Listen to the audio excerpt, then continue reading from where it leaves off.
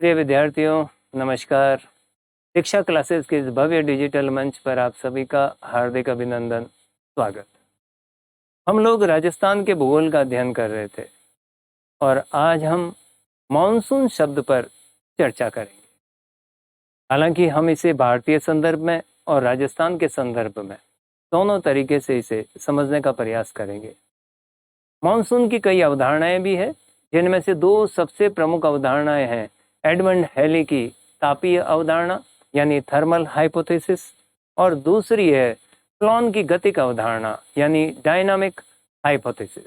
इन दोनों के अलावा भी कई विद्वानों ने अपने अपने सिद्धांत भी प्रतिपादित किए हैं। जैसे भारत के संदर्भ में पी कोटेश्वरम का सिद्धांत बहुत ही महत्वपूर्ण है और परीक्षा में कई बार पूछा भी जाता है। हम इन सभी के ऊपर एक संक्षिप्त विवेचन करेंगे और 3 भागों में हमारा मानसून के ऊपर ये विश्लेषण होगा।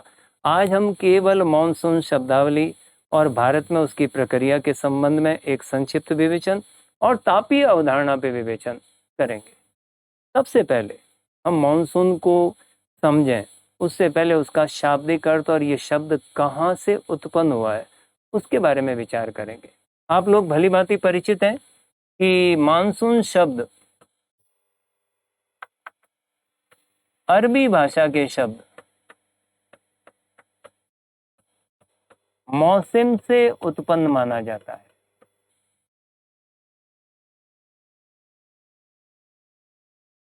मौसम, कुछ विद्वान ऐसा भी मानते हैं कि एक मलय शब्द है मॉनसून।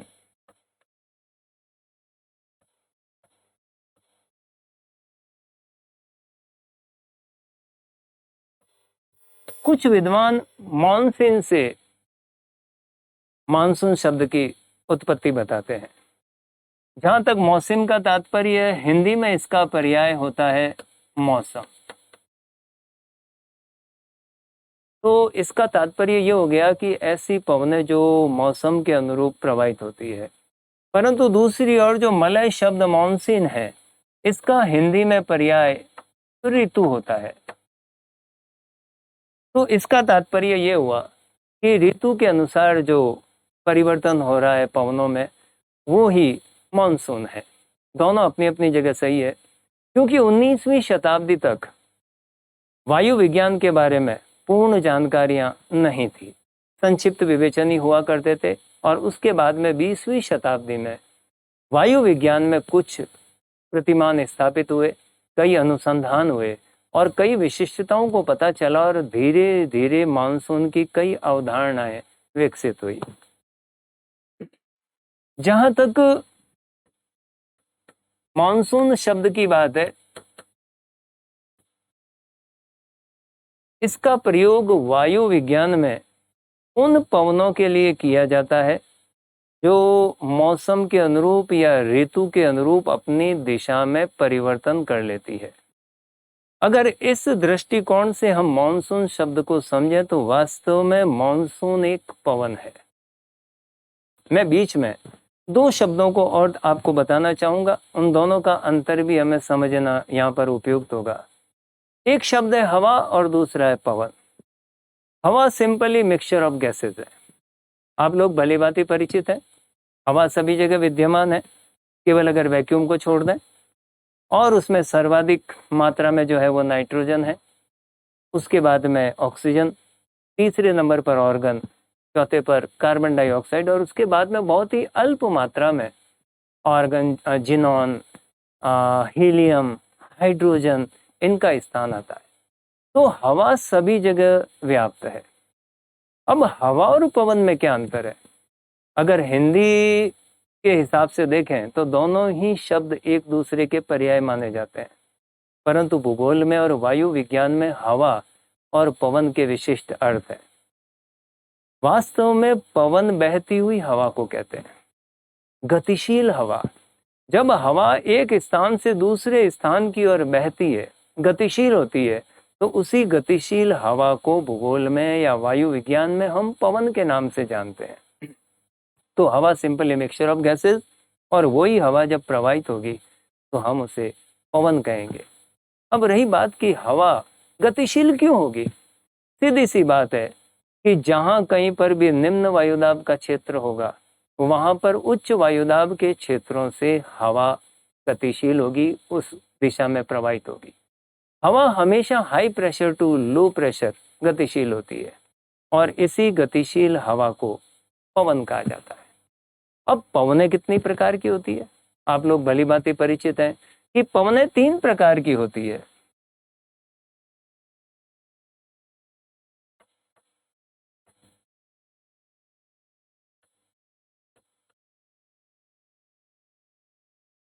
पहला है स्थायी पवनें, दूसरा परिवर्तनशील पवनें,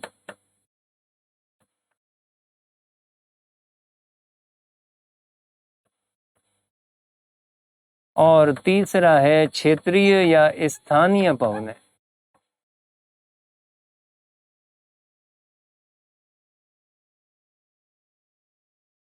स्थायी पवनें भी 3 प्रकार की होती है। आप लोग भली भांति परिचित हैं व्यापारिक पवनों से, पछुआ पवनों से और ध्रुवीय पवनों से। ये तीनों ही स्थायी पवनें कहलाती है। इन्हें सनातनी पवनें भी कहते हैं, ग्रहीय पवनें भी कहते हैं। ये संपूर्ण पृथ्वी पर व्याप्त है अपने अपने विशिष्ट क्षेत्रों में। जहां तक परिवर्तनशील पवनों की बात है, जैसा कि नाम से ही विदित हो रहा है कि इनकी दिशा में समय के अनुरूप परिवर्तन होता है और इसीलिए इन्हें परिवर्तनशील पवनें कहते हैं। जैसे सागरीय समीर और स्थलीय समीर। क्योंकि ये बहुत ही मंद गति से प्रवाहित होती है तो इसीलिए इन्हें समीर कहा जाता है, ब्रिजेस कहा जाता है। दूसरी पर्वतीय और घाटी समीर।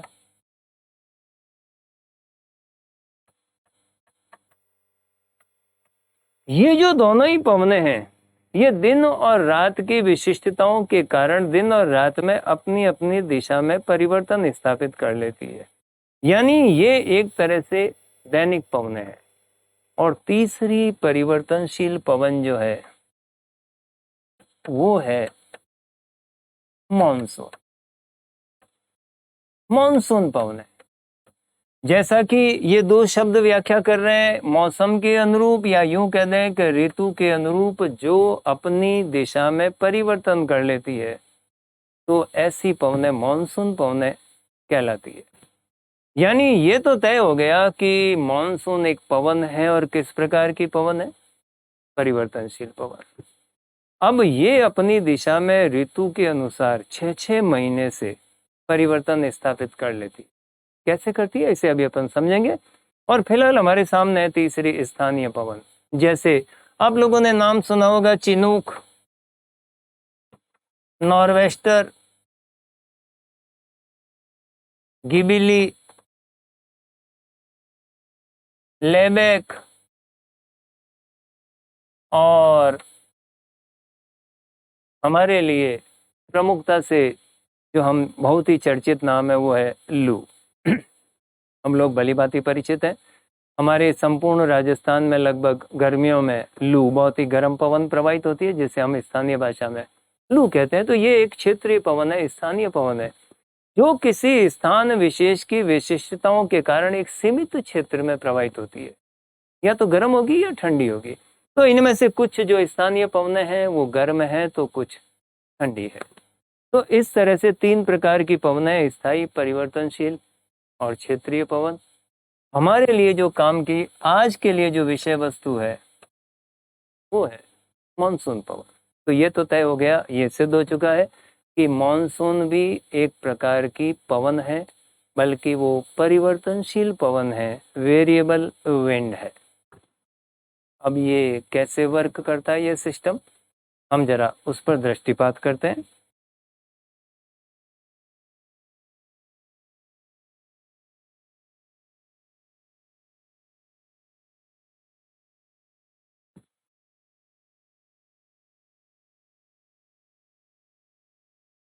ये हमारी पृथ्वी है।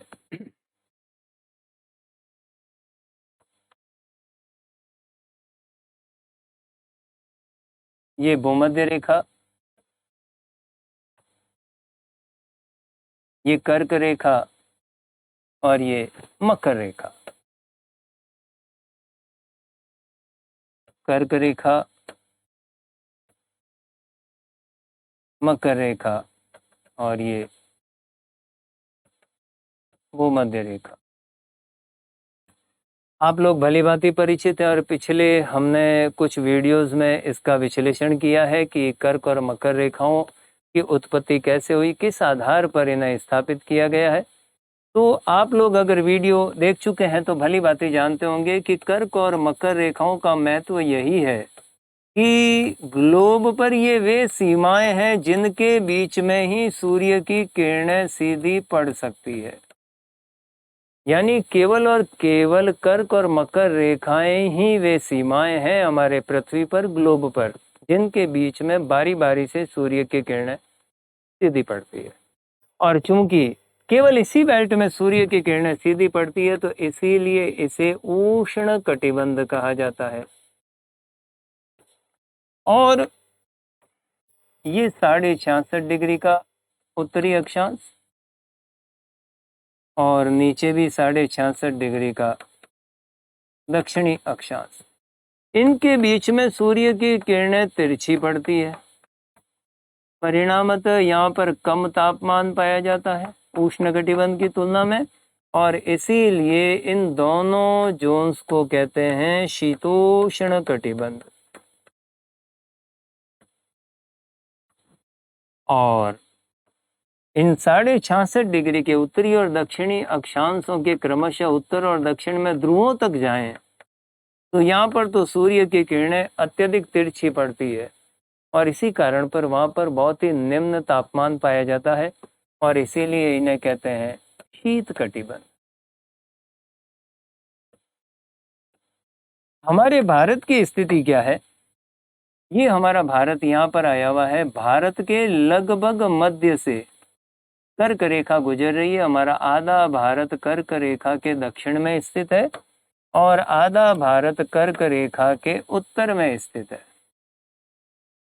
यानी आधा भारत शीतोष्ण कटिबंध के अंतर्गत आता है इस दृष्टिकोण से, और आधा भारत जो हमारा दक्षिणी भारत है वह उष्ण कटिबंध के अंतर्गत आता है। आप लोग भली भांति परिचित है कि हमारी पृथ्वी न केवल अपने अक्ष पर घूर्णन कर रही है बल्कि वो सूर्य के चारों ओर परिक्रमा भी कर रही है। इसी तरीके से झुके हुए पृथ्वी सूर्य के चारों ओर परिक्रमा भी करती है और इसी का परिणाम होता है कि दो स्थितियां बनती है पृथ्वी की सूर्य के सापेक्ष, उत्तरायण और एक दक्षिणायन। जिस समय पृथ्वी की स्थिति उत्तरायण होगी सूर्य के सापेक्ष, उस समय सूर्य की सीधी किरणें उत्तरी गोलार्ध पर पड़ेगी।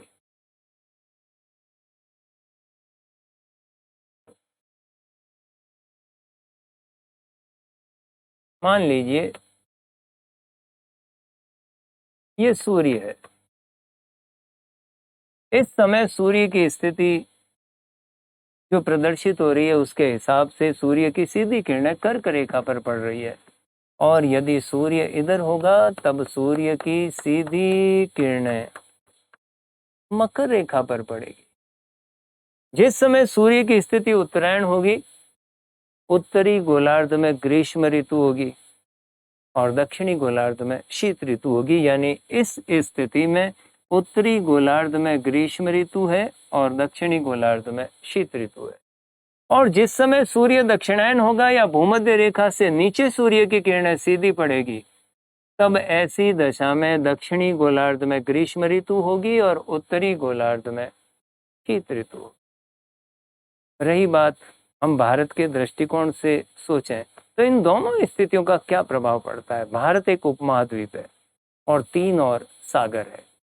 बस यही एक विशिष्टता है जो हमें मानसून पवनों से प्रभावित करती है। मानसून पूरी दुनिया में नहीं आता, मानसून एक विशिष्ट शब्दावली है। इसके कुछ तथ्य और उनमें से एक सबसे प्रमुख तथ्य ये है कि स्थल और सागर की विशिष्टताओं के कारण जो पवनों का उत्क्रमण हो रहा है या जो पवनों का परिवर्तन हो रहा है, दिशा में परिवर्तन हो रहा है, वो परिवर्तन ही उन पवनों को मानसून के रूप में परिवर्तित कर पा रहा है। और वहीं से हमारे लिए मानसून एक विशिष्ट शब्द बन जाता है, हमारे लिए एक महत्वपूर्ण घटना बन जाता है। कैसे? आइए देखते हैं।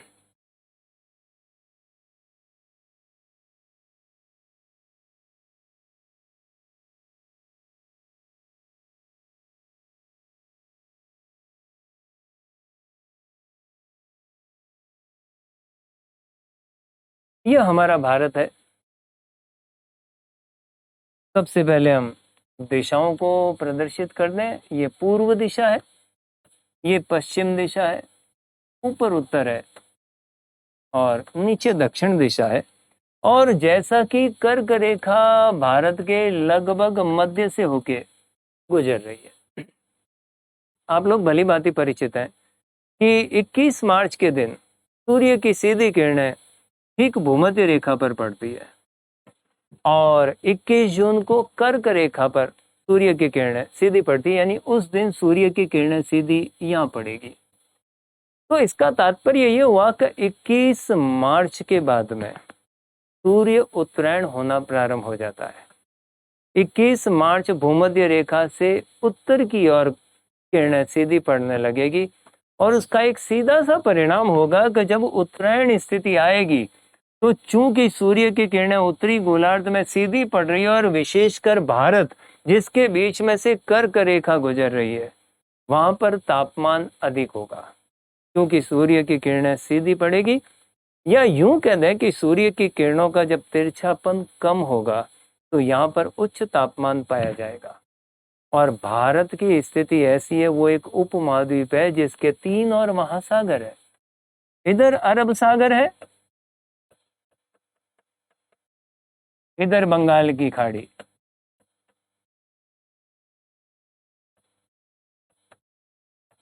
और ये हिंद महासागर।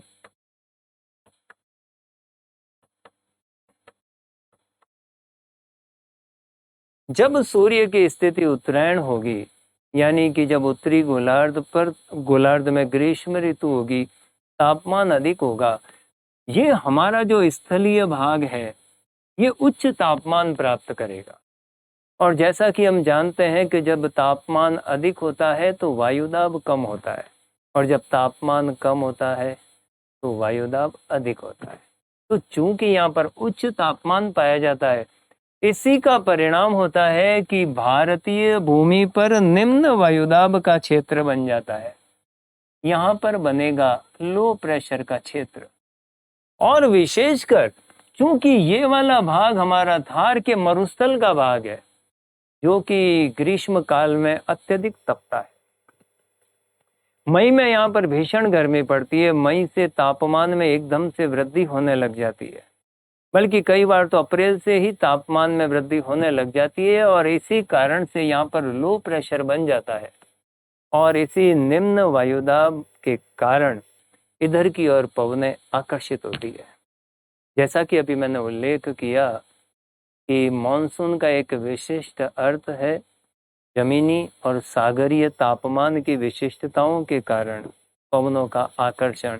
तो चूंकि यहाँ पर ये जमीनी भाग है, यहाँ पर निम्न वायुदाब होगा, यहाँ की तुलना में महासागर पर उच्च वायुदाब होगा।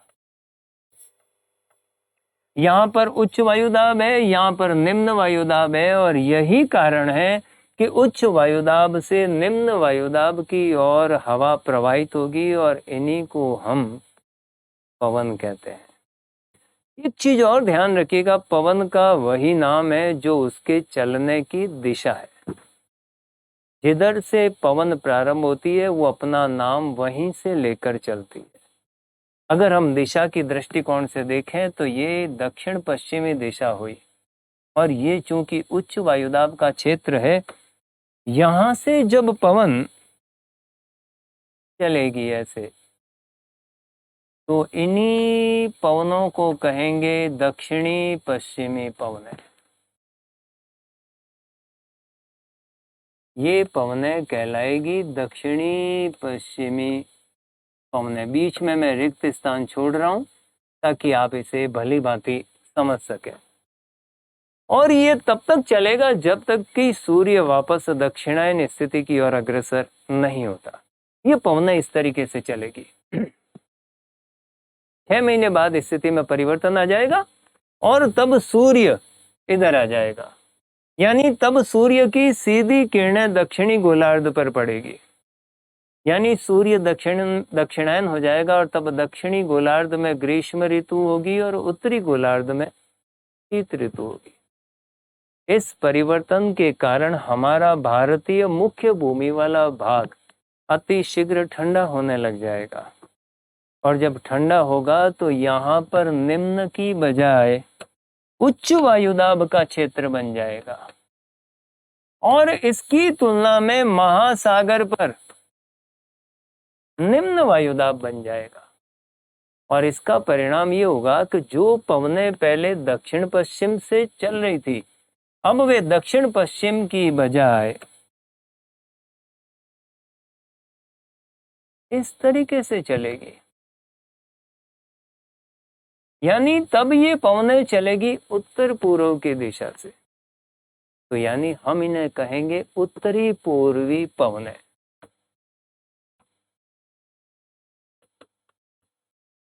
उत्तरी पूर्वी पवन। और जैसा कि हमने देखा कि ये परिवर्तन ऋतुगत परिवर्तन है, ऋतुओं में होने वाले परिवर्तन के कारण हो रहा है।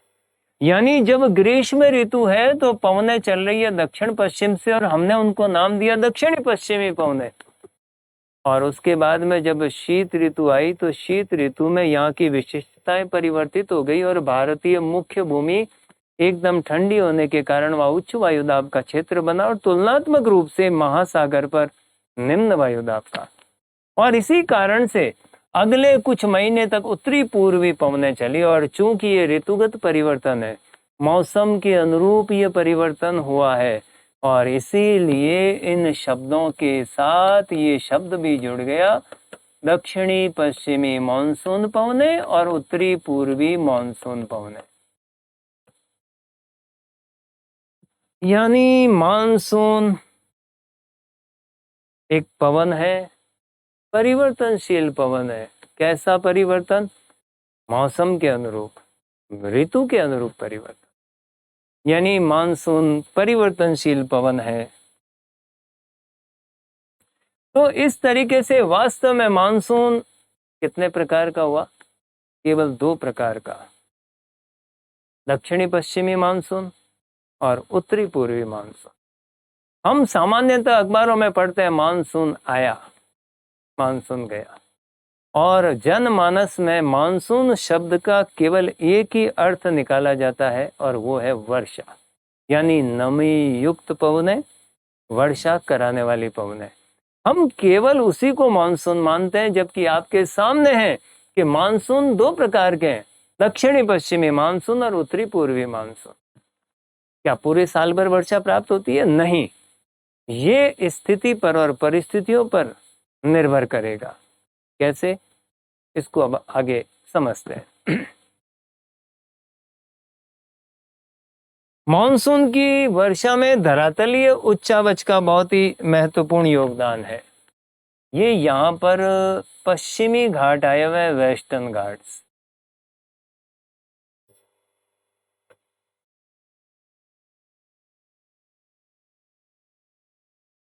ये यहाँ पर अरावली पर्वत श्रृंखला आई हुई है, ये विंध्याचल वगैरह है, और ये हिमालय पर्वत श्रृंखला आई हुई है।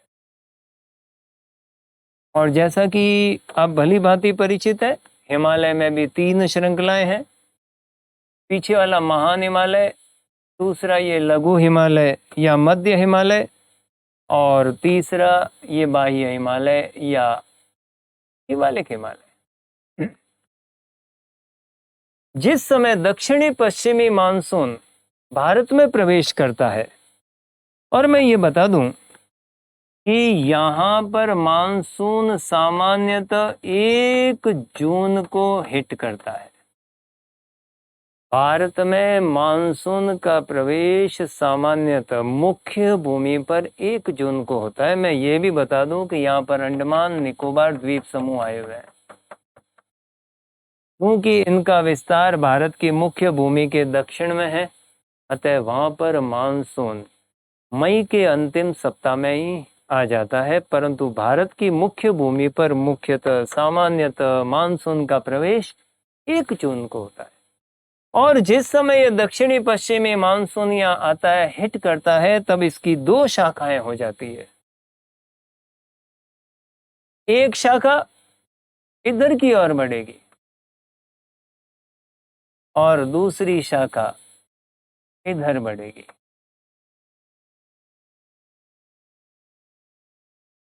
अब ये ध्यान देने वाली बात है कि मानसून तो हर समय है, परंतु वर्षा तभी होगी जब उन पवनों में आर्द्रता होगी, ह्यूमिडिटी होगी, अदरवाइज वर्षा नहीं होगी। अब चूंकि ये पूरा का पूरा भाग, यानी ये कर्क रेखा और नीचे हम कहीं न कहीं मकर रेखा को माने कि उसके बीच के ये उष्ण कटिबंध का भाग है, इसका तात्पर्य ये हुआ कि ये पवनें उष्ण है, गर्म है, और जो पवन जितनी ज्यादा गर्म होगी वो उतनी ही ज्यादा नमी ग्रहण कर सकती है। हालांकि नमी ग्रहण करने की भी एक सीमा है, अनलिमिटेड नमी ग्रहण नहीं कर सकती, चाहे वो पवन कितनी भी गर्म क्यों नहीं हो। अब ये ध्यान देना है कि ये मानसून तो दक्षिणी पश्चिमी है, पर जब ये पवनें अरब सागर के ऊपर से गुजरेगी तो ये पवनें नमी ग्रहण करेगी अरब सागर से, और इसीलिए इस दक्षिणी पश्चिमी मानसून की 2 शाखाएं हो गई है। एक शाखा चूंकि अरब सागर से नमी ग्रहण कर रही है, इसीलिए इसको कहेंगे अरब सागरीय शाखा, और दूसरी शाखा जो कि बंगाल की खाड़ी पर से होके गुजर रही है, तो वो बंगाल की खाड़ी से नमी ग्रहण करेगी। इसीलिए इस दूसरी शाखा को नाम दिया गया है बंगाल की खाड़ी की शाखा। अब जैसा कि मैंने बताया कि वर्षा में धरातलीय उच्चावच, या यूं कह सकते हैं कि रिलीफ फीचर्स का भी बहुत बड़ा योगदान है। हम लोग सुनते हैं कि पर्वतों से टकरा के वर्षा होती है, हिमालय से टकरा के वर्षा होती है। हमारे राजस्थान में भी अरावली पर्वत श्रेणी है, सामने हमने पश्चिमी घाट भी बनाए हैं, तो इनका क्या योगदान है? आइए पहले ये समझते हैं कि पर्वतों से वर्षा किस प्रकार होती है, पर्वत किस प्रकार से वर्षा कराने में सहायक है।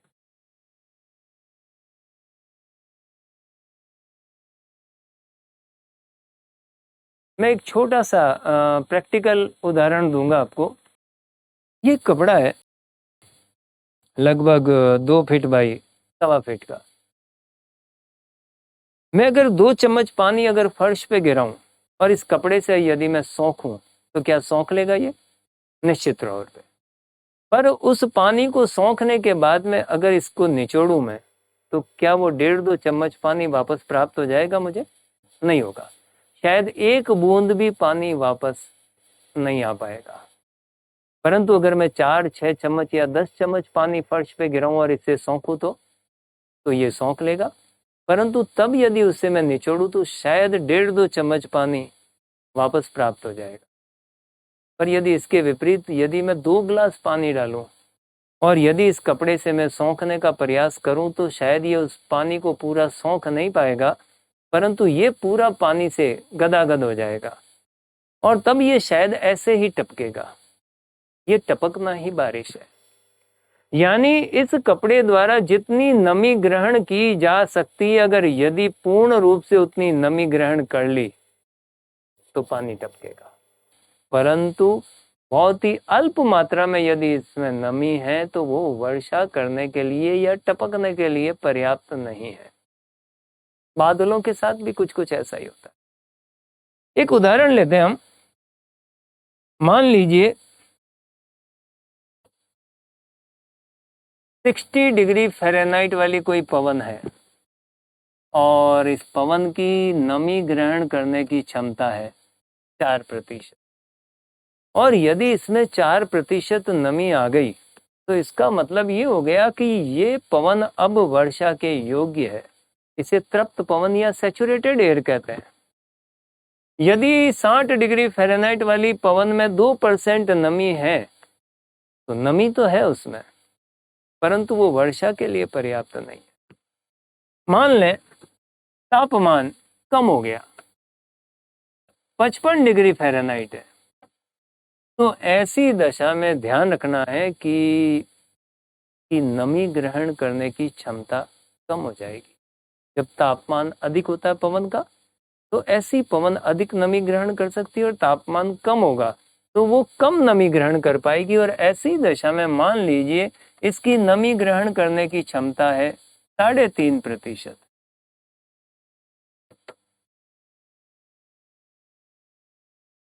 तो इसका तात्पर्य ये हुआ कि यदि 55 डिग्री फ़ारेनहाइट वाली कोई पवन है और उसमें नमी 3.5% है, तो वो वर्षा करने में सक्षम है, वो सैचुरेटेड एयर है। और यदि नमी ग्रहण करने की क्षमता 50 डिग्री फ़ारेनहाइट वाली पवन है, तो मान लो 3% है। ये हमने एक उदाहरण लिया है। वैसे इसका तात्पर्य ये हुआ कि अगर 50 डिग्री फ़ारेनहाइट वाली पवन में केवल 3% नमी होगी तो भी वो वर्षा करने में सक्षम होगी, परंतु अगर 60 डिग्री फ़ारेनहाइट वाली पवन है तो वो 3% नमी होने पर वर्षा करे ये आवश्यक नहीं।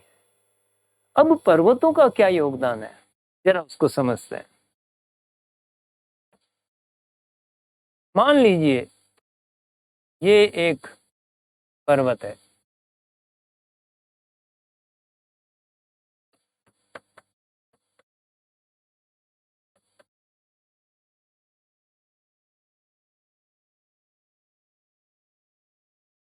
हम मान लेते हैं कि उमड़ घुमड़ कर बादल आए और इनका तापमान है 60 डिग्री फ़ारेनहाइट और इनमें नमी है 3.25%। अब यदि मैं आपसे पूछूं कि क्या बारिश होगी, आप कहेंगे निश्चित तौर पे कि नहीं होगी, क्योंकि 60 डिग्री फ़ारेनहाइट पर बारिश होने के लिए जरूरी है कि उसमें इतनी नमी हो, कितनी, 4%, जबकि नमी है मात्र 3.25%। तो ऐसे में यह आवश्यक नहीं है कि बादल बरसे। अब चूंकि सामने पर्वत श्रेणी है, तब क्या प्रभाव पड़ेगा। यदि यहाँ पर पर्वत नहीं होते तो निश्चित तौर पर बारिश होने की गुंजाइश बहुत कम थी। अगर थार का मरुस्थल होता तो शायद इतनी नमी में बारिश नहीं होती। अब एक चीज और महत्वपूर्ण है कि पवन की दिशा किधर है। पवन की दिशा पर्वत की तरफ होना जरूरी है। यदि स्थिति पवनाभिमुख है, यानी अगर ये पवने जाके पर्वत से टकरा रही है, तब क्या होगा। मैं फिर बता दूं, केवल टकराने से बारिश नहीं होती है। जब पवनों की दिशा इधर होगी तो ये बादल पर्वतों की ओर बढ़ेंगे और तब पर्वतीय ढालों के सहारे ये बादल ऊपर चढ़ेंगे। अब यहां पर साइंस काम करती है। ज्यों ज्यों ये बादल ऊपर चढ़ेंगे, ध्यान रखना, 1000 फीट की ऊंचाई पर पवने जब ऊपर चढ़ती है तो तापमान में स्वतः 5.5 डिग्री फ़ारेनहाइट की कमी हो जाती है। इसको एडियाबैटिक प्रोसेस बोलते हैं, रुद्धोष्म प्रक्रिया। ये बारिश करने का बहुत ही महत्वपूर्ण सिद्धांत है। ये दरें कई प्रकार की होती है, पर मैं एक सामान्य उदाहरण लेके चल रहा हूँ। क्योंकि जब ये बादल ऊपर चढ़ेंगे तो ऊपर वायु विरल है, जबकि नीचे वायु सघन है। जब वायु विरल होगी तो ये ऊपर जाकर पवने फैलेगी, चारों ओर ये पवने फैलेगी। तो नेचुरल है, जब पवने फैलेगी तो इनके तापमान में कमी आएगी। और वो कमी का एक सामान्य नियम ये है कि जब 1000 फीट की ऊंचाई पर ये पवने पहुंचेगी तो तापमान हो जाएगा 5.5 डिग्री फ़ारेनहाइट कम। यानी यहाँ पर 60 डिग्री फ़ारेनहाइट तापमान था, तो यहाँ पर ये तापमान हो जाएगा 54.5 डिग्री फ़ारेनहाइट। और तब इसमें नमी कितनी रहेगी? नमी तो वो ही रहेगी, चूंकि बारिश हो ही नहीं है तो यहाँ पर नमी तब 3.25% रहेगी। अब एक ध्यान देने वाली बात है कि 60 डिग्री फ़ारेनहाइट पर नमी है 3.25%, जबकि 60 डिग्री पर बारिश होने के लिए, तृप्तता के लिए, बादलों की तृप्तता के लिए नमी चाहिए 4%, तो बहुत कम थी, बारिश नहीं हो पाई। अब पवनों का तापमान पहुंच चुका है लगभग 54.5 डिग्री फ़ारेनहाइट, और हमारा नियम ये कहता है कि 55 डिग्री फ़ारेनहाइट पर तृप्तता के लिए चाहिए 3.5%, जबकि हमारे पास नमी है 3.25%। यानी अब कुछ कुछ बादलों का मूड बनेगा और मूड बनेगा तो बारिश होगी। परंतु पर्वत अब भी पर्याप्त ऊंचे हैं, यानी पवन वेग के साथ ये बादल और ऊपर चढ़ेंगे। जब और ऊपर चढ़ेंगे तो और इनके तापमान में कमी आएगी, और मान लें कि 1000 फीट और ऊपर चढ़ गए या उससे कम ही ऊपर चढ़े, और अगर 52 डिग्री फ़ारेनहाइट के आसपास भी तापमान आ गया तो ये 3.25% की नमी वर्षा होने के लिए पर्याप्त होगी। जो बादल यहाँ पर नीचाई पर नहीं बरस पा रहे थे, वे ऊंचाई पर जाकर सैचुरेटेड हो जाएंगे, तृप्त हो जाएंगे, और वो उतनी ही नमी वर्षा के लिए पर्याप्त होगी। ये रुद्धोष्म प्रक्रिया ही वर्षा कराने में महत्वपूर्ण है, चाहे वो मरुस्थल हो और चाहे पर्वत। हालांकि पर्वत के सहारे वायु को ऊपर चढ़ना होता है, और ऊपर चढ़कर वायु फैलती है तो उसके तापमान में कमी होती है। परंतु मरुस्थल में एक दूसरी प्रक्रिया होती है। कई बार हम सुनते हैं, जैसा कि इस सीजन में भी हो रहा है, कि जैसलमेर और बाड़मेर में, मरुस्थलीय प्रदेशों में दिन भर में 7-7, 8-8 इंच बारिश हुई है। केवल इस बार ही नहीं, पिछले 5-7 सालों से एक बहुत ही महत्वपूर्ण परिवर्तन हमें देखने को मिल रहा है कि राज्य के पश्चिमी भागों में वर्षा के औसत में वृद्धि हो रही है। ध्यान रखना है कि मरुस्थल गर्म बहुत ज्यादा होता है, परंतु वो ठंडा भी ज्यादा होता है। यदि ऐसे समय में मानसून का प्रवेश हुआ है जब मरुस्थल पर्याप्त रूप से ठंडा है, कम तापमान है, तो यही पवनें सैचुरेटेड हो जाएगी और तब वहां पर वो पर्याप्त बारिश कर पाएगी। केवल पर्वतों का ही होना आवश्यक नहीं है, महत्वपूर्ण ये है कि वहां पर वायुमंडलीय दशाएं कैसी है। हालांकि नो डाउट पर्वतों का एक अपना महत्वपूर्ण योगदान है, परंतु क्या हर पर्वत वर्षा कराने में सक्षम है? ये आवश्यक नहीं है। अब एक दूसरा पक्ष पर्वत का और भी है। मान लो ये ऊपर मानसून बादल पहुंचे और इनमें वर्षा हो गई, घनघोर बारिश हुई, पर चूंकि वायु की दिशा उधर की ओर है तो ये बादल अब धीरे धीरे पीछे की ओर जाएंगे, ऊंचाई पर पहुंचकर। और जब पर्वतीय ढालों के दूसरी तरफ के ढाल की तरफ ये पवनें पहुंचेगी, बादल पहुंचेंगे, तो जिस प्रकार ये पर्वतीय ढालों के सहारे ऊपर चढ़े थे, तो यहाँ पर ये बादल धीरे धीरे नीचे उतरेंगे।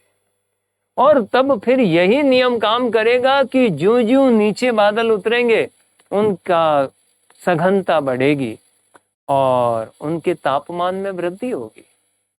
मान ले कि यहाँ पर 52 डिग्री फ़ारेनहाइट तापमान था, और ज्यों ज्यों नीचे आए बादल, नीचे उतरने के साथ साथ ही वे घनत्व में बढ़ते गए, और इसी का परिणाम हुआ कि यहाँ पर आते आते 55 डिग्री फ़ारेनहाइट हो गया, और फिर इससे नीचे उतरकर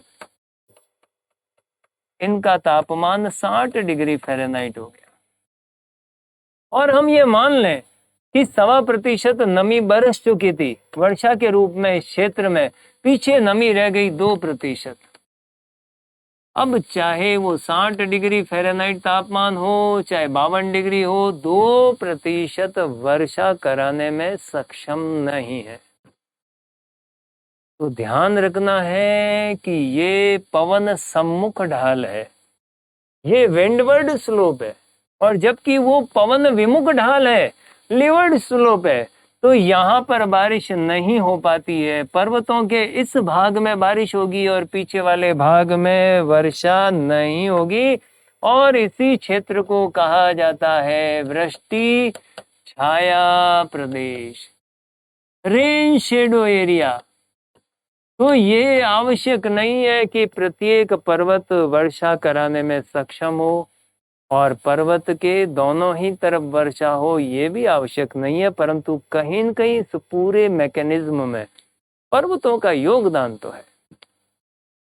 तो इस प्रकार से पर्वत अपनी भूमिका निभाते हैं और पर्वतों के कारण वर्षा होती है या शायद कई जगहों पर नहीं भी होती है। आइए वापस हम एक बार हिंदुस्तान की तरफ चलते हैं। ये हमारा भारत, जैसा कि मैंने ये बताया, ये पश्चिमी घाट है। हालांकि पश्चिमी घाट की औसत ऊंचाई लगभग 900 मीटर ही है, परंतु फिर भी इसमें दोदा बेटा, अन्नाई मुड्डी, कुद्रेमुख ऐसी पर्वत चोटियां भी है जो 1500, 2000, 2500 मीटर ऊंची है। परंतु कुल मिला के पश्चिमी घाट का बहुत ही महत्वपूर्ण योगदान है। सबसे पहले चीज तो ये तटीय भाग है और इसी से सटा हुआ बिल्कुल हमारा पश्चिमी घाट है। तो मानसून का सबसे पहला ही सामना पश्चिमी घाट से होता है। वही प्रक्रिया जो अभी मैंने आपको बताई थी, रुद्धोष्म प्रक्रिया, वो अपना काम करती है और इसी का परिणाम है कि यहाँ पर तटों पर 200-300 सेंटीमीटर तक वार्षिक वर्षा प्राप्त होती है। पर इसका एक पक्ष और भी है। इन पश्चिमी घाटों के पश्चिमी तटों पर तो पर्याप्त वर्षा हो जाती है, परंतु जब यही पवनें इस पश्चिमी घाट के उस पार पहुंचती है तो यह क्षेत्र, जैसा कि यहाँ बताया गया कि ये पर्वतों के ढाल का विपरीत ढाल है, पर्वतों के वायु सम्मुख ढाल का ये विपरीत ढाल है, जो कि वृष्टि छाया प्रदेश, रेन शेडो एरिया कहलाता है। ये वाला भाग भी यहाँ पर रेन शेडो एरिया कहलाता है। यही वो भाग है जहाँ का किसान आत्महत्याएं करता है। हालांकि ये काली मिट्टी का बेल्ट है, काली मिट्टी पर्याप्त रूप से पाई जाती है इस भाग में, कपास के लिए बहुत ही उपयुक्त है।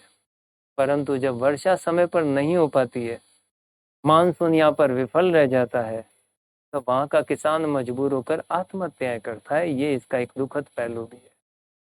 तो यहाँ पर इस भाग में पर्याप्त वर्षा होगी, पीछे की ओर वर्षा कम हो पाती है, परंतु फिर भी कई शाखाएं मानसून की भारत में प्रवेश करती है।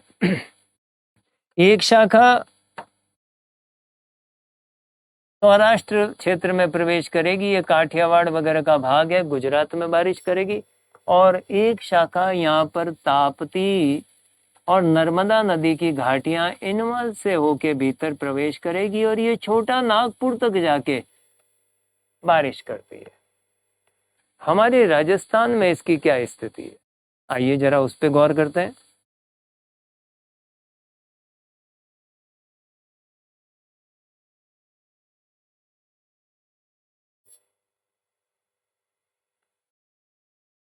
ये हमारा राजस्थान,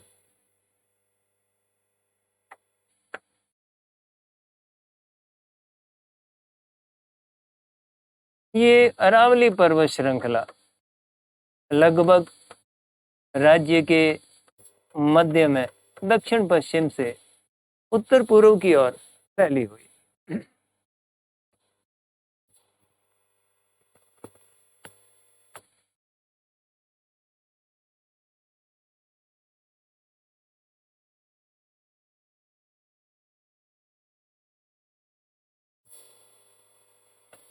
ये पश्चिमी घाट और ये हमारा राजस्थान। हमने अभी देखा था कि इस तरीके से दक्षिणी पश्चिमी मानसून की अरब सागरीय शाखा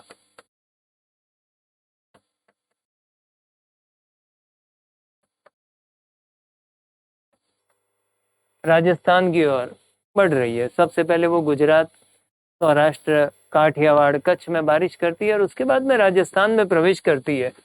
और मैं ये भी बता दूं कि राजस्थान में सामान्यतः मानसून के प्रवेश की जो तिथि है वो 15 जून है सामान्यतः। परंतु प्रायः इन पिछले कुछ वर्षों में ये देखने को आया है कि वास्तव में मानसून का प्रवेश जून के अंतिम सप्ताह तक ही हो पाता है, बल्कि कई बार तो जुलाई के प्रथम सप्ताह तक राजस्थान में मानसून का प्रवेश होता है। यहाँ पर मानसून का प्रवेश 15 जून के आसपास माना जाता है। सबसे पहले मानसून का प्रवेश, चूंकि यहाँ पर बांसवाड़ा जिला आया हुआ है, तो मानसून का प्रवेश द्वार वास्तव में बांसवाड़ा जिला कहलाता है। अब अरावली की स्थिति ठीक बीच में है, तो ये अरावली का ये वाला भाग, ये मानसून का एक तरह से विभाजक है। यहाँ से मानसून की राजस्थान में 2 शाखाएं हो जाती है, और एक शाखा अरावली के पश्चिम की ओर आगे बढ़ेगी और दूसरी शाखा अरावली के पूर्व से आगे बढ़ती है। जैसा कि मैं पहले ही बता चुका हूं, वर्षा कराने के लिए रिलीफ फीचर्स यानी उसकी धरातलीय बनावट बहुत ही महत्वपूर्ण है। यहाँ पर भी वही अहम योगदान करती है, क्योंकि जहां तक अरावली की बात है, ये मानसून की दोनों ही शाखाएं, जो कि अरब सागरीय दक्षिणी पश्चिमी मानसून की अरब सागरीय शाखा के 2 भाग हैं, दोनों ही अरावली के समानांतर आगे बढ़ रही है। यानी ये अरावली से टकरा नहीं पाती है। जब तक अरावली से सामने जाके नहीं टकराएगी, ये पवनें अरावली के ढालों के सारे ऊपर नहीं चढ़ेगी, तब तक रुद्धोष्म प्रक्रिया परवान नहीं चढ़ेगी और अरावली का फायदा नहीं मिल पाएगा। तो ये जो दोनों शाखाएं इसके समानांतर बढ़ रही है, परंतु दोनों तरफ की यदि धरातलीय बनावट को हम देखें तो उसमें बहुत सारी विभिन्नताएं हैं। जहां तक अरावली के पश्चिमी भाग का संबंध है, ये संपूर्ण प्रदेश मरुस्थल है। मरुस्थल का तात्पर्य ये हो गया कि यहाँ पर वर्षा बहुत कम होती है, केवल रेतीली मिट्टी का महासागर है। कृषि नहीं के बराबर, वन संपदा नहीं के बराबर, और इसी का परिणाम है कि इस क्षेत्र में वनस्पति वगैरह कुछ भी नहीं है। तापमान बहुत उच्च पाया जाता है। अब एक कल्पना कीजिए कि यहाँ पर सौराष्ट्र में बारिश हुई, क्योंकि ये प्रदेश, गुजरात का प्रदेश हरा भरा प्रदेश है, जो तटीय क्षेत्र होते हैं वहां तो वैसे भी बारिश अधिक होती है, परंतु ज्यों ही ये पवनें गुजरात को पार करके राजस्थान के विशेषकर अरावली के पश्चिमी भागों में बढ़ती है, इन पवनों के तापमान में अचानक वृद्धि हो जाती है।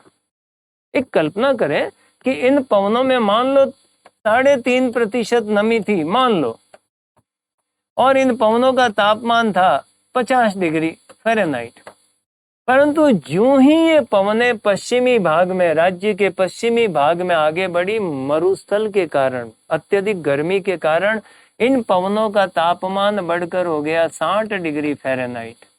ये फ़ारेनहाइट है। तब इस 60 डिग्री फ़ारेनहाइट में हम पिछले उदाहरण में देख चुके हैं कि तब 4% नमी वर्षा होने के लिए जरूरी होती है, जबकि यहाँ पर नमी इतनी कम है।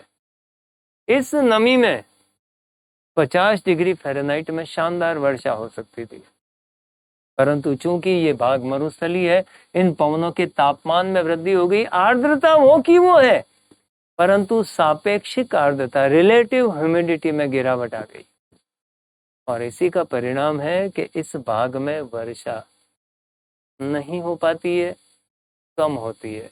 मैं फिर बता दूं, जैसा कि इस बार अभी मैंने उदाहरण दिया, इस बार पर्याप्त बारिश हुई है पश्चिमी भागों में। उसका एक ही कारण है कि इस समय राज्य के पश्चिमी भाग का तापमान कम है, और केवल नीचे के तापमान से तात्पर्य नहीं है, यहाँ की जो ऊपरी वायुमंडल का जो तापमान है वो यहाँ पर अधिक महत्वपूर्ण होता है।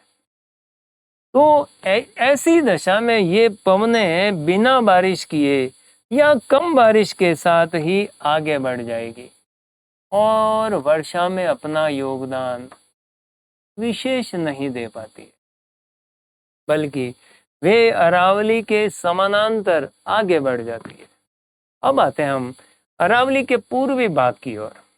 ये मानसून ने प्रवेश किया बांसवाड़ा डूंगरपुर जिला, ये उदयपुर जिला, ये प्रतापगढ़, ये चित्तौड़गढ़। ये पूरा का पूरा भाग हरा भरा है, पहाड़ियों से युक्त है और यहाँ की धरातलीय ऊंचाई यहाँ की तुलना में बहुत ज्यादा है। इसके आगे यदि बढ़े, ये बारां जिला, ये झालावाड़ जिला, ये कोटा और बूंदी, ये भी पर्याप्त रूप से ऊंचा स्थल है, काली मिट्टी का क्षेत्र है, अत्यधिक उपजाऊ है, सघन वन पाए जाते हैं, दर्रा जैसा अभ्यारण्य पाया जाता है, बूंदी की पहाड़ियां, कोटा की पहाड़ियां और डग गंगाधार का उच्च प्रदेश भी यहाँ की विशेषता है।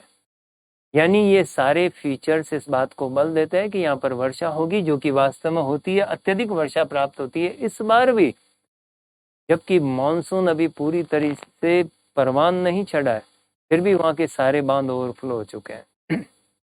तो यहाँ तक पर्याप्त बारिश होगी। ये हमारा आ गया भीलवाड़ा और ये आ गया अजमेर, ये सवाई माधोपुर, ये करौली, ये धौलपुर, ये अलवर, ये भरतपुर, ये दौसा, ये टोंक और ये जयपुर। पूरा का पूरा ये प्रदेश राज्य के उत्तरी पूर्वी उपजाऊ मैदान का भाग है, जहाँ कृषि लहलाती है।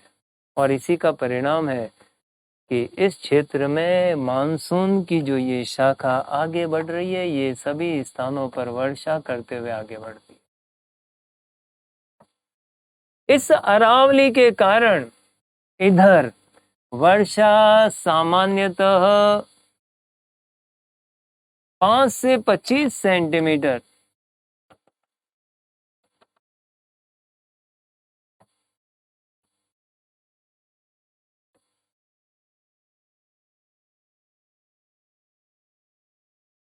सामान्यतः 5 से 50 सेंटीमीटर वार्षिक तक होती है, जबकि अरावली के पूर्व में वर्षा 50 से 100 बल्कि कहीं कहीं 150 सेंटीमीटर वार्षिक तक होती है।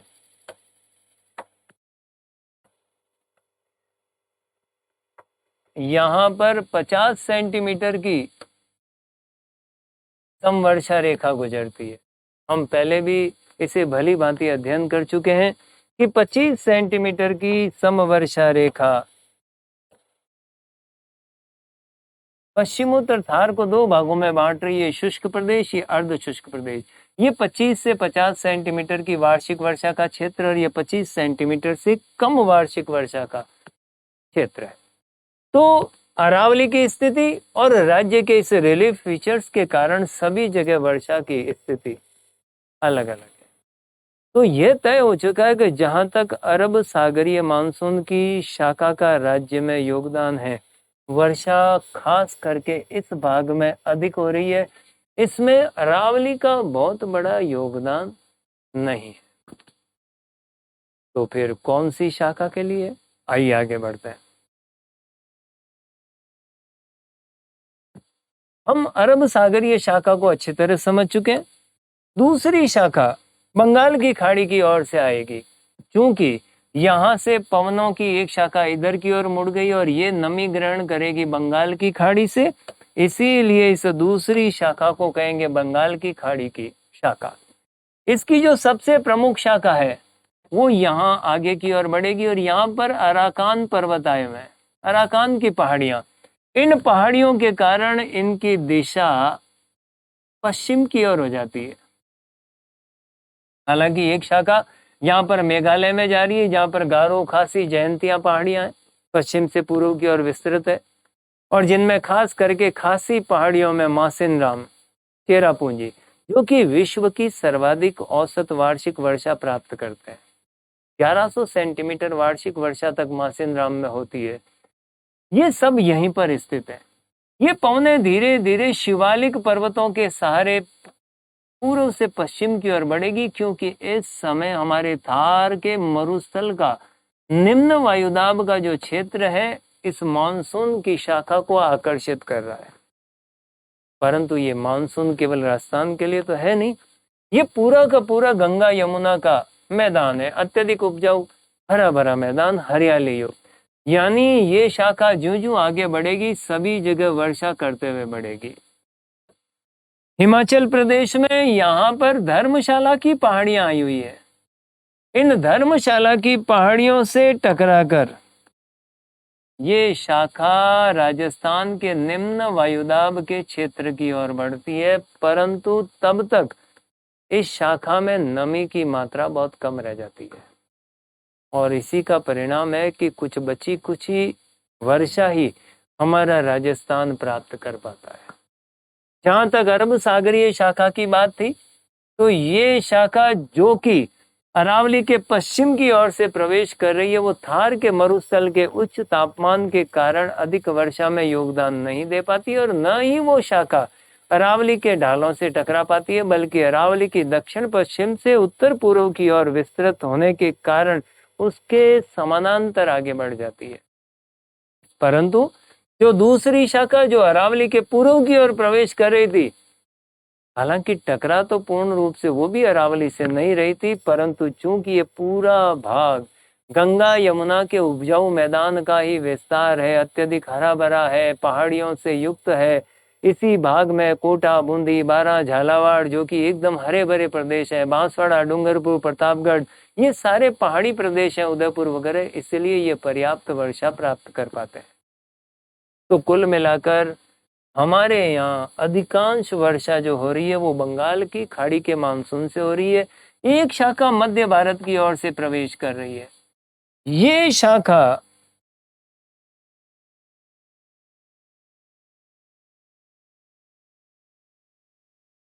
जो कि मध्य भारत की ओर से प्रवेश कर रही है, ये अवश्य जब हाड़ौत की ओर से आगे बढ़ती है तो ये जाके निश्चित तौर पर बिल्कुल सामने अरावली से टकराती है और तब इस संपूर्ण प्रदेश में पर्याप्त बारिश होती है, जो कि हमेशा ही होती है।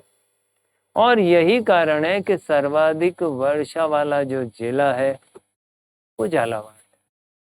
हालांकि बांसवाड़ा को राजस्थान का चेरापूंजी बोलते हैं और सर्वाधिक वर्षा वाला स्थल हमारा जो एकमात्र हिल स्टेशन है आबू पर्वत, माउंट आबू, वो सर्वाधिक वर्षा वाला स्थान है। सिरोही जिले में पड़ता है, परंतु पूरा सिरोही जिला सर्वाधिक वर्षा प्राप्त नहीं कर पाता। तो इसलिए यदि पूछा जाए कि सर्वाधिक वर्षा वाला स्थल कौन सा है, तो माउंट आबू, आबू पर्वत। सर्वाधिक वर्षा वाला जिला पूछा जाए तो फिलहाल एवरेज जो है वो झालावाड़ जिले के फेवर में है। ये सारा जो हमने समझा है, ये एडमंड हैली की जो तापीय अवधारणा है उस पर आधारित है, जो कि स्थल और सागर की तापीय विशेषताओं पर आधारित है। अगला जो हम इसका भाग लेके आएंगे वो गतिक अवधारणा पर आधारित होगा। कैसा लगा वीडियो? अच्छा लगे तो दोस्तों में शेयर कीजिए। धन्यवाद। फिर मिलते हैं।